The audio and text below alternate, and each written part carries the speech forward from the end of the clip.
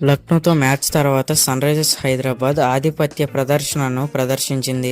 Travis head మరియు అభిషేక్ శర్మల పేలుడు బ్యాటింగ్తో కేవలం 9.4 ఓవర్లలో 166 పరుగుల సంచలన చేజింగ్కు దారితీసింది. టీ20లో అత్యధిక 10 ఓవర్ల స్కోరుగా రికార్డు సృష్టించింది. ఈ విజయం ఎస్ఆర్హెచ్ని 12 మ్యాచ్లలో 14 పాయింట్లతో పాయింట్ల పట్టికలో నెంబర్ 3కి పెంచింది. వారి నెట్ రన్ రేట్ను గణనీయంగా పెంచింది. భువనేశ్వర్ కుమార్ అసాధారణమైన బౌలింగ్ ప్రదర్శన. 4 ఓవర్లకి 12 పరుగులు ఇచ్చి 2 వికెట్లు సాధించాడు. లక్నో టాప్ ఆర్డర్ను ఉక్కిరిబిక్కిరి చేయడంలో కీలక పాత్ర పోషించింది. అభిషేక్ శర్మ మరియు ట్రావిస్ హెడ్ల దూకుడు భాగస్వామ్యం తర్వాత విజయాన్ని సాధించడమే కాకుండా వారి అసాధారణ ఫామ్ను కూడా హైలైట్ చేసింది. ఈ సీజన్లో ఎస్ఆర్హెచ్ దూకుడు చూస్తున్నట్లయితే ఎస్ఆర్హెచ్ ఈసారి కూడా కప్పు కొట్టడం ఖాయం అన్నట్లుగానే ఉంది.